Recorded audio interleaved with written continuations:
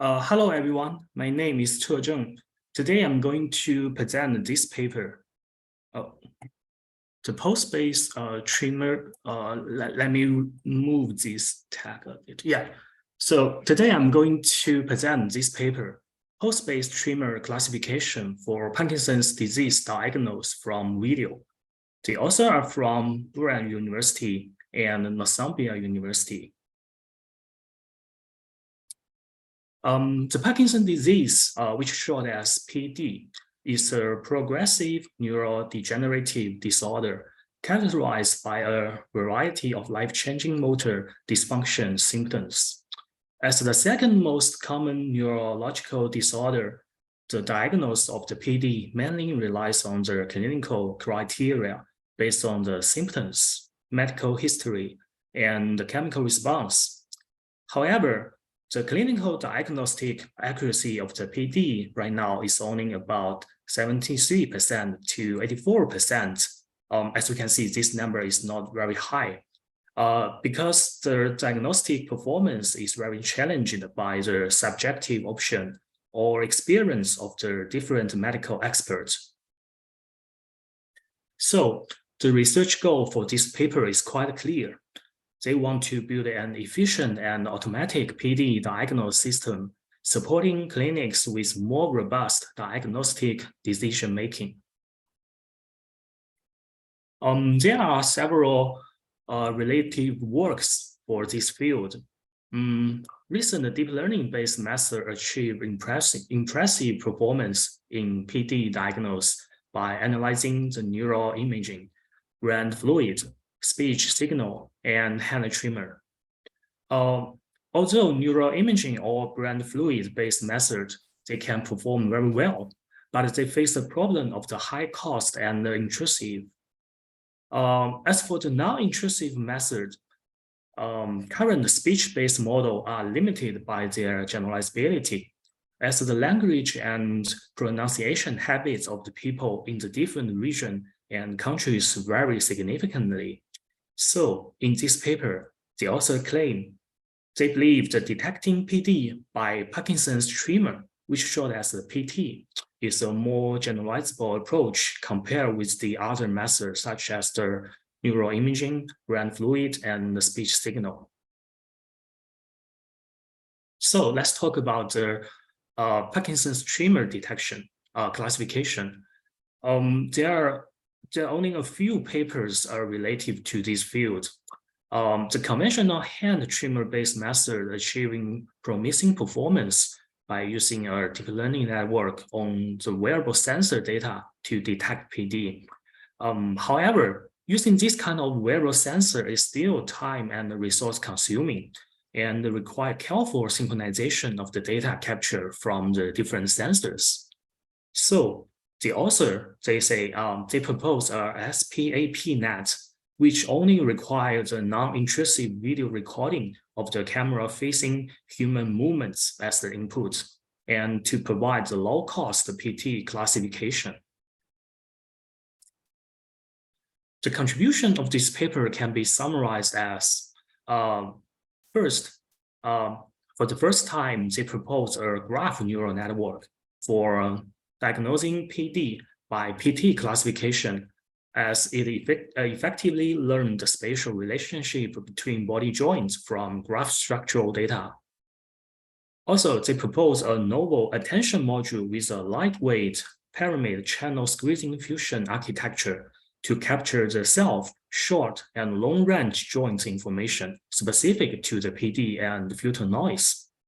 Their system only requires a non-intrusive video recording and outperforms the SOTA method in terms of their accuracy and F1 score.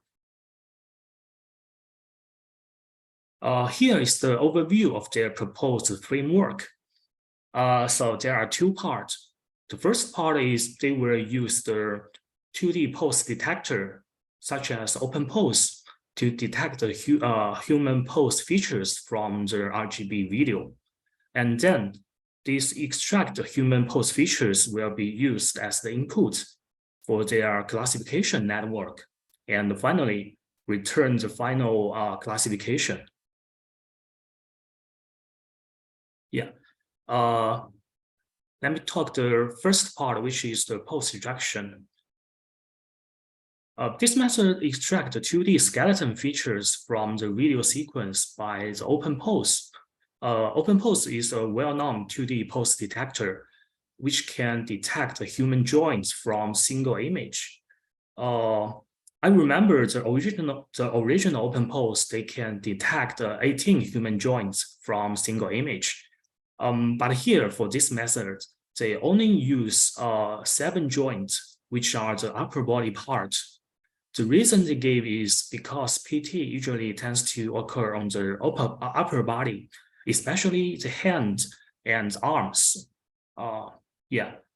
And also, in addition, head joints is not included due to the privacy concern. So we can see in the original RGB video, the human face is masked, so we cannot get the joints of the head. Yeah, after extract the features, they propose their classification network. First, I just will briefly introduce a little bit about graph neural network. It utilized since it effectively learned the spatial relationship between human joints from the graph structural data, which means this can be represented as G equals to VE. Here, V denotes the joint position, where VPQ represents the piece joint at Q frame. Here, the E embeds the joint's information. It containing 2 informations. First is the intraskeleton connection of the human joint in each frame. And the second is the interframe connections, which connect the joints in the consecutive frames. So let's see this figure.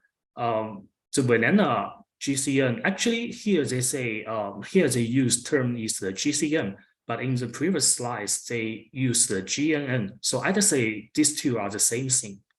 So for the banana GCN, we can see here, given the 7 joints, they will have the shared weight matrix, which is the W, to get the output features. But they also say, yeah, maybe this kind of mechanism is not very well because they want to specifically use some correlationship between the joints. So they propose their pyramid channel squeezing fusion mechanism, which is the PCSF. First, let us see the right top part here. I indicated the joints number of each joint. So let's say the joint number 1. Here they also say, yeah, if we only see this number 1 joint, it has the self connection with themselves. So it can be categorized as the self-relevance part. And next, for the joint number 2 and joint number 3, they can belong to the short range part because we see the distance are not so far away. And for the rest parts, the joint number 4, 5, 6, 7, they can be categorized as the long range relevance part. And after that, they will use a squeezing block, which means for each part, they will model this independently. So as we can see here, they can use the weight matrix and get the C self and the C short and the C long. Then this will be concatenated together and go through another embedding layer, which is the MLP layer, to get the total, which is the after fused features. And finally, all the these kind of features will be output and used for the final classification.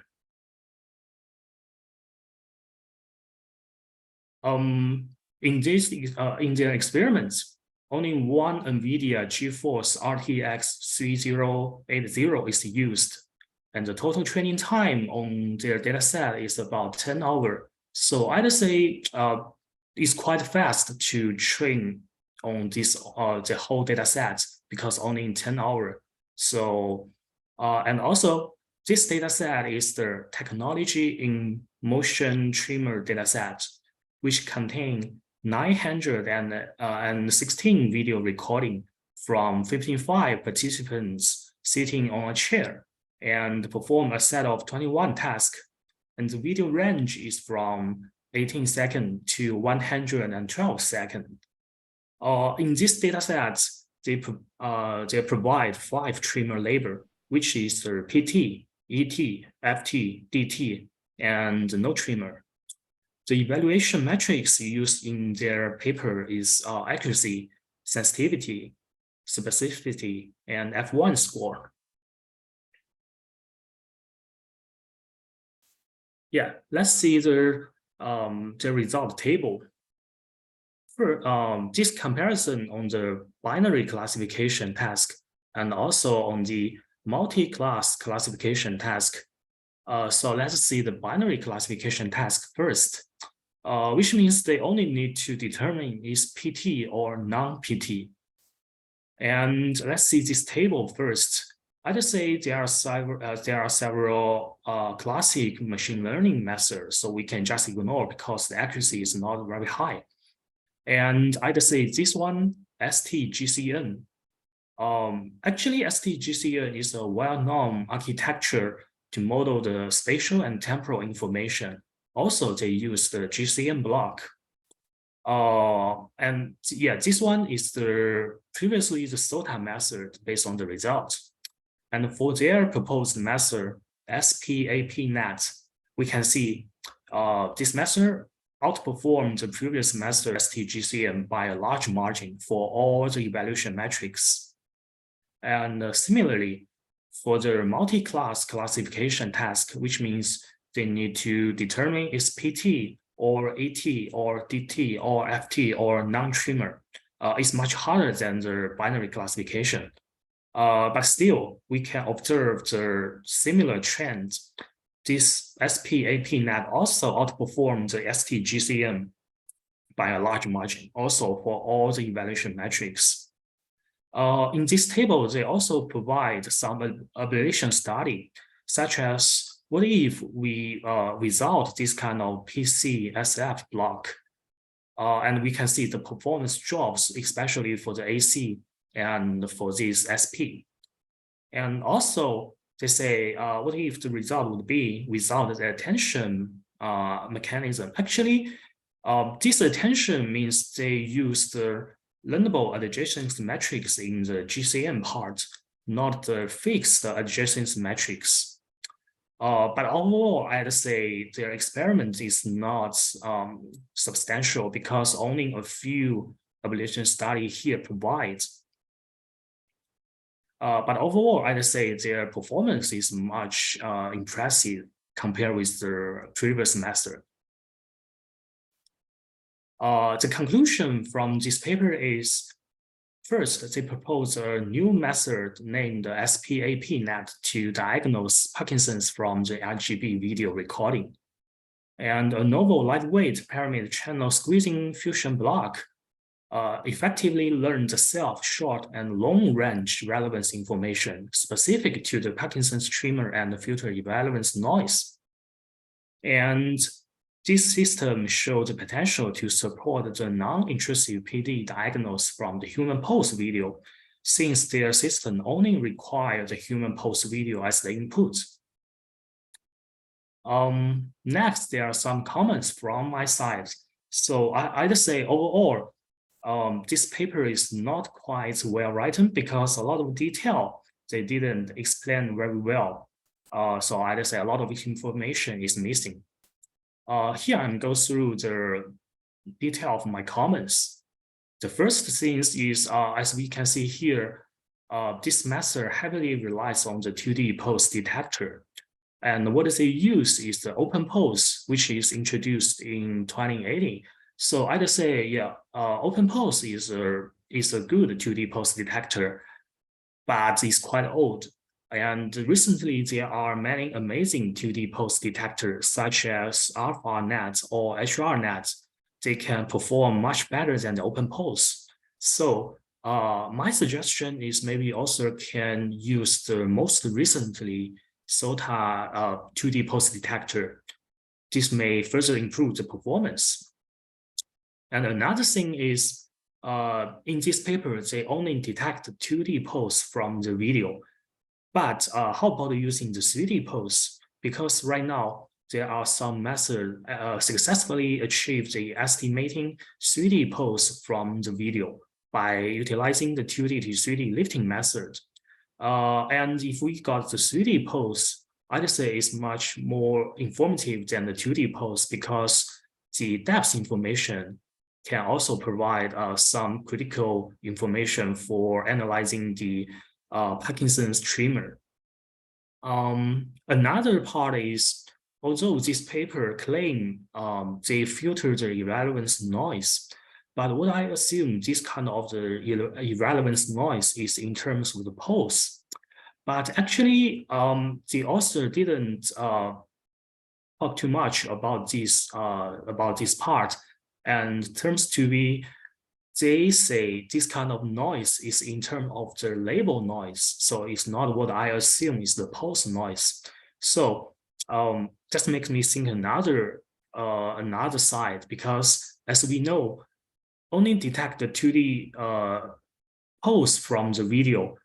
Sometimes it works, but sometimes, especially for some hard case, some joints are occluded, so you cannot get a very accurate 2D pose. So is there any solution to work on this side for the post-occlusion noise? So I'd say this part would be much interesting.